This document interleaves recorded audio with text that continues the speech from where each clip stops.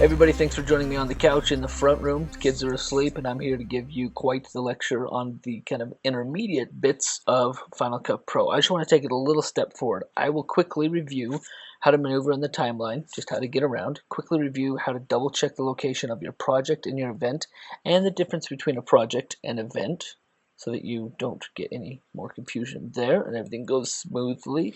And then I'm going to run through a couple of these things. I'm going to highlight the inspector for each clip, what it's for, what you're going to find there, and how you're going to maneuver some of those things. Transforming, cropping.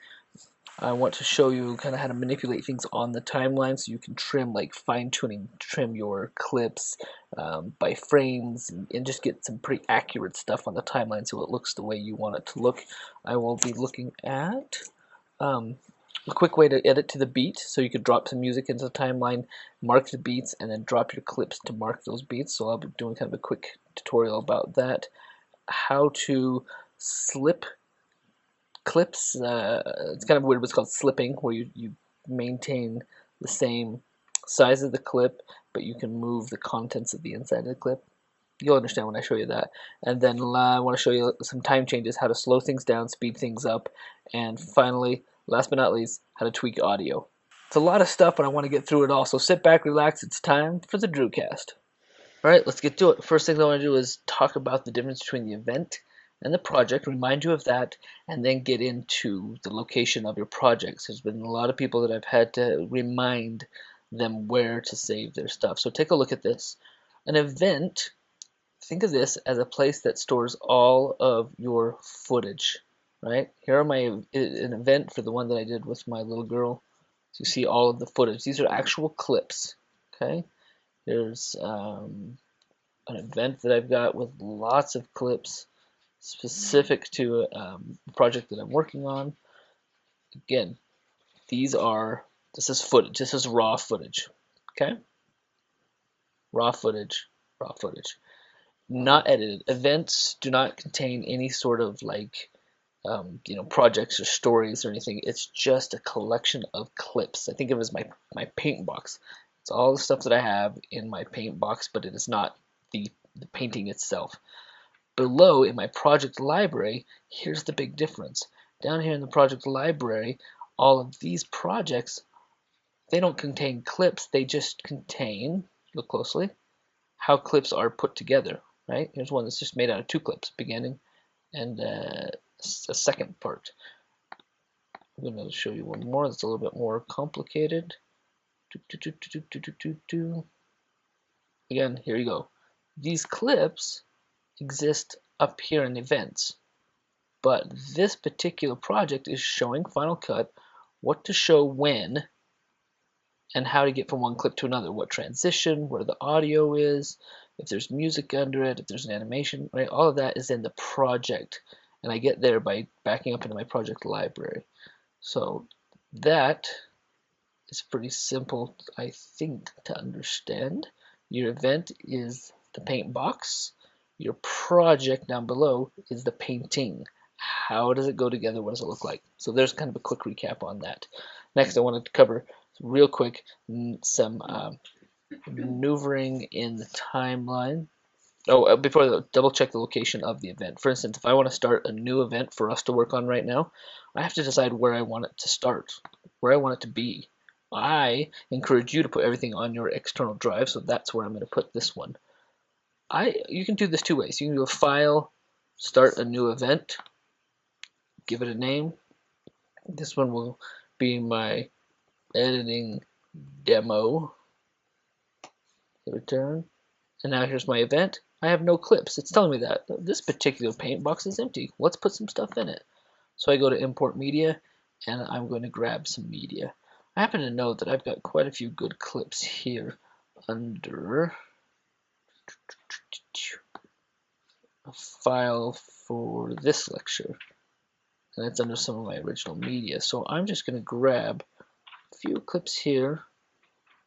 Let's see if I can step through and find them. There we go. Here's the set that I did with my little girl, and so I'm going to pull a lot of these clips in.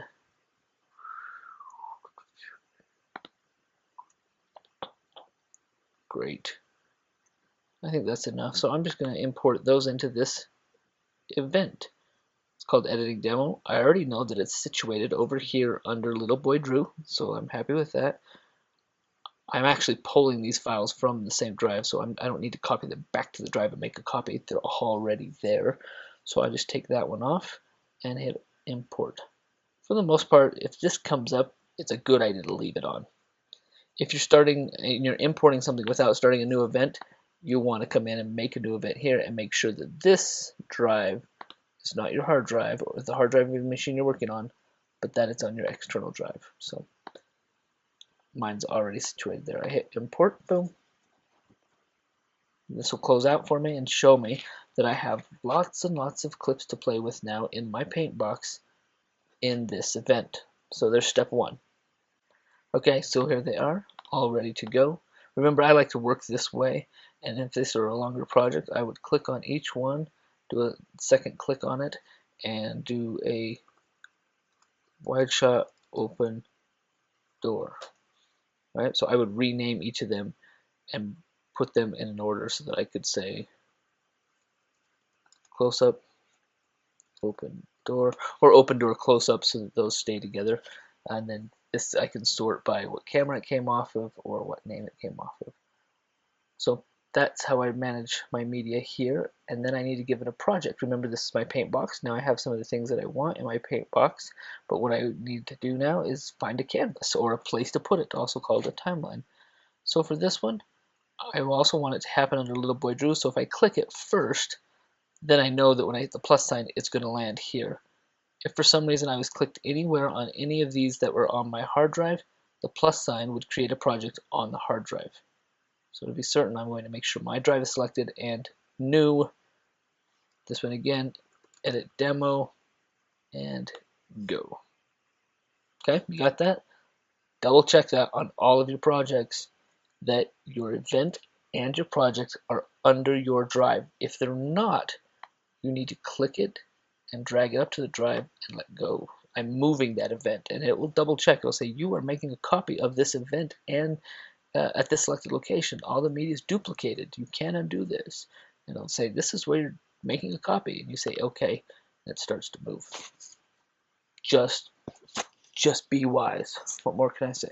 All right, going into this, I want to show you a quick maneuvering on the timeline, and to do that, I'm going to grab a couple of these clips. We'll get these two right here, and I'll drag them down. Oop. Get ready to show you some maneuvering. Might help if we have a third clip. So let's see. I shot a lot on that sweet day. Grab a couple of those, bring them down, put them in. So maneuvering the timeline. If skimming is on, you'll see clips run. If you want to turn skimming off, it's this button right here. And then my playhead stays where it's supposed to, like where I put it. And that's just a preference, however you like to work. Frankly, I like to have skimming on, so I'll tap S and be able to kind of maneuver, not only clicking, but I can also watch what each clip looks like quickly. But if I need to look at something specifically, I know where my playhead is, or if I need to play from a certain place, I know where my playhead is. Okay, so maneuvering, I showed you arrow keys, do one frame at a time. Look at that door open. Up and down moves edit point to edit point. Notice I'm jumping between all the points of the clips. That's up and down. Arrow is 1. Shift arrow is 10 frames. How do I know this?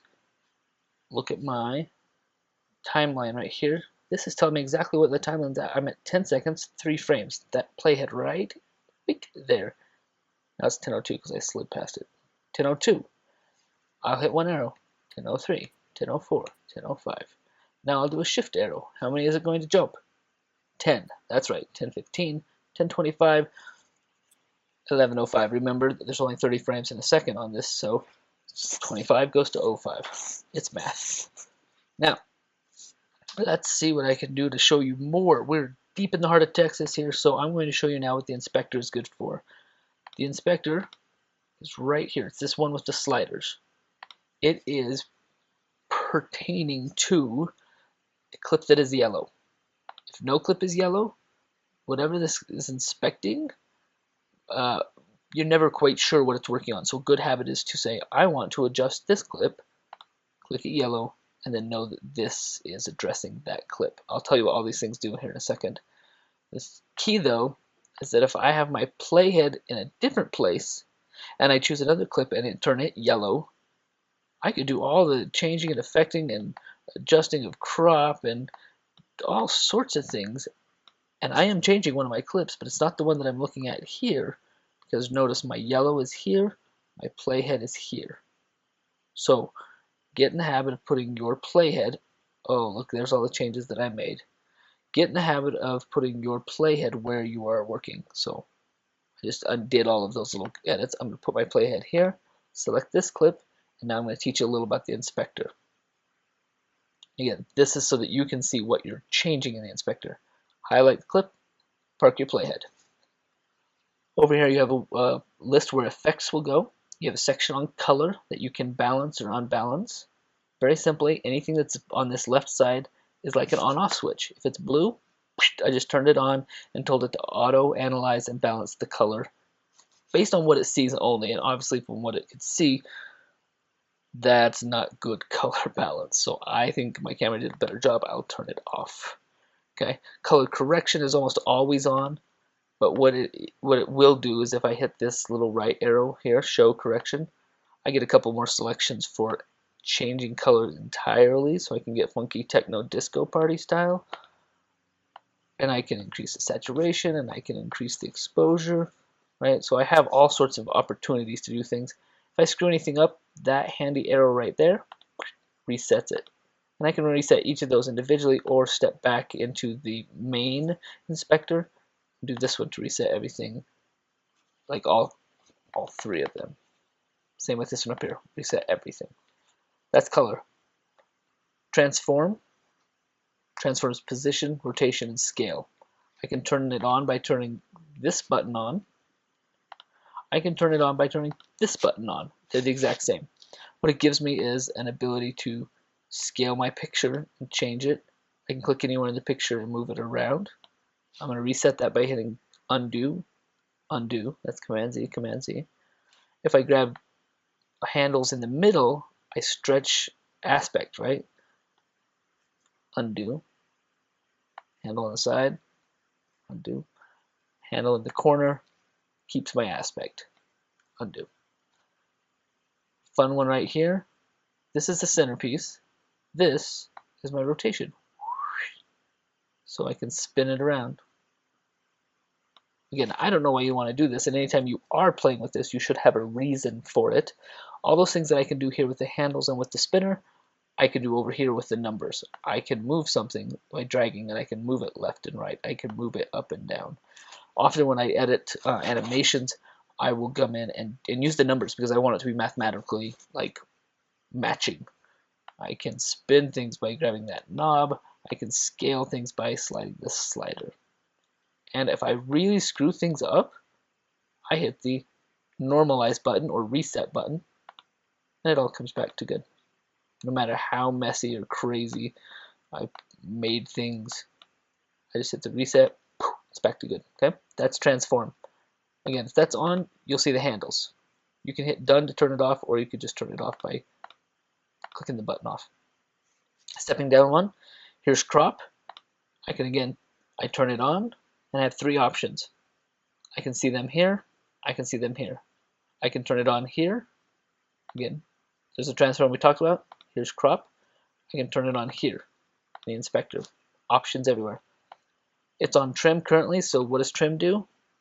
Leaves everything the same, it just lets me trim down the sections that I want. Okay, Command Z, Command Z. Crop is similar, except for this time when I drag things in and I choose a section, watch what happens. I say, I want this top spot. Okay, and done. Boom, it brings it out full to me. So this crop just says, I want to look at just this spot. So blow it up, make it straight, whatever you have to do to get it out to a full frame. Again, if I don't like any of these, reset, reset, right there. The last one that I'll show you is Ken Burns. I can get Ken Burns here, or if I have, if it's on trim or something, anything that I click this on, again, it's down here. I crop here, I can do Ken Burns here. Kinburns we talked about briefly in one of our classes. It's this concept, this technique of moving through a picture. And so you set an beginning and an end. You say, I want to end here. The green is your beginning. And you say, I want to begin here. And this is what it looks like when I play it. I want to start here. Action.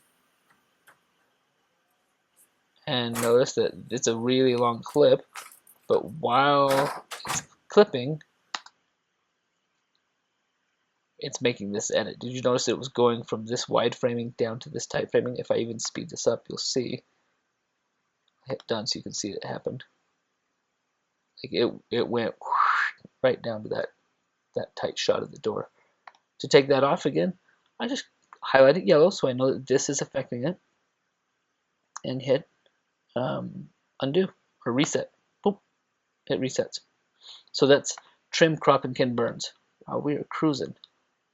Distort, I've used it on occasion, but it basically takes one corner at a time and changes where it is or what it's doing, so you can kind of get some perspective on things. Like I said, I use it on occasion, but I don't often distort things. This is again by the numbers. If I drop down here and turn on distort, I actually have parts and pieces that I can drag and use. I will say this probably 3 more times in this tutorial. Don't use these unless you need to. If there is a reason for you to do these things and to distort and to crop and kin burns, great. If there is no reason in your story, then you are just adding sugar to the candy cane. That doesn't make much sense, but you are just you're putting in too much stuff if there's no reason for it. Yes, it's fun. Yes, it's exciting to play with, but in our assignments, there should be a reason for every little edit that you do. All right, that's the main stuff. We won't worry about any of this, but basically that's the core for the inspector and what things that you can affect in the inspector. I hope that that's pretty simple for you to understand and to follow. And I am going to show you quickly how to manipulate some clips down here. We'll start with, let's see what I've got here. I'm going to move this one over here. Notice I just picked that up and moved it. I didn't like where it was, so I just picked it up, moved it, let the rest of the clips slide around where they would, and then dropped it. But I'm going to do a quick edit here where I can see that I have my little girl kind of walks behind that door in that shot. Step forward a little bit. Ready, set, action. And she opens up in this shot. Great. I want to sequence these 2 shots together because they're the same. One's wide and one's close. Best place to make that cut is, you're right, on the action. I want to see this a little closer, so I'm going to zoom in. How do I do that? Command plus is one way. I'll back up real quick. The other way is this slider here. I just want to zoom in so I can see more frames, so I can see more of what I'm doing. What I want to do is I want to watch this until I see her come into the frame. Oh, good, she's right there. I'm going to back up a couple of frames. And I think that's a good place to start this clip. So one way that I've seen some of you do it, which makes sense, is you turn on the blade tool or come up and grab the blade tool here and just cut there. And then go back and get your arrow tool or tap A, click that, and then lift that piece out. And that is one way to do it, because now it's going to start right where you want.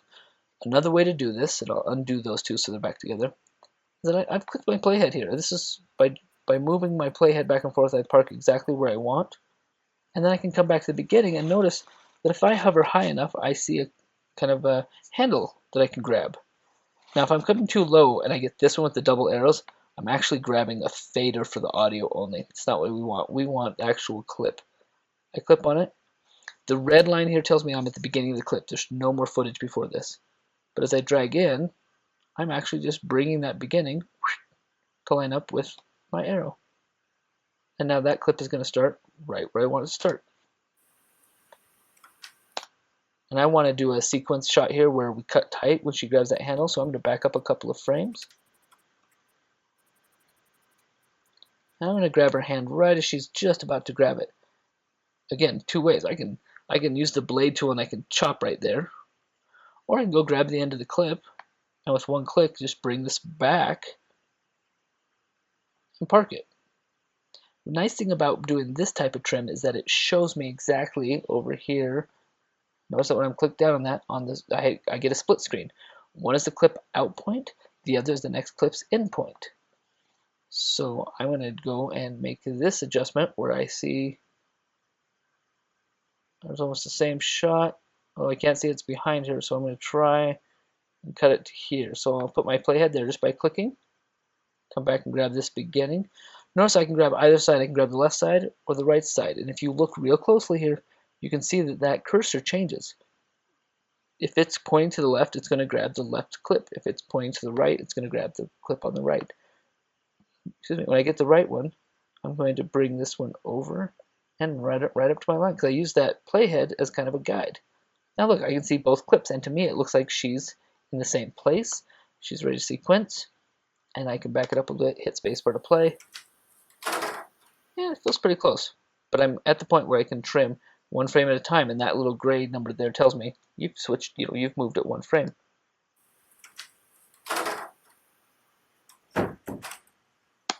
Great. So that's one way to manipulate things down here on the timeline. Really simple way, really easy thing to do. All right, let's just stop right there for now, guys. That's about as far as we want to go with that one. It's getting pretty long, but I will be doing a quick bonus one that you can also watch, linked in the description and linked here on the annotations, that you could watch to look for editing to a beat, some tips on that, and then just slipping tracks, and more about the audio and how to adjust audio levels and background noise removal and that kind of stuff. So that'll be in the next little mini video that I'll be recording now, and you can watch now if you would like. Thanks, rock on.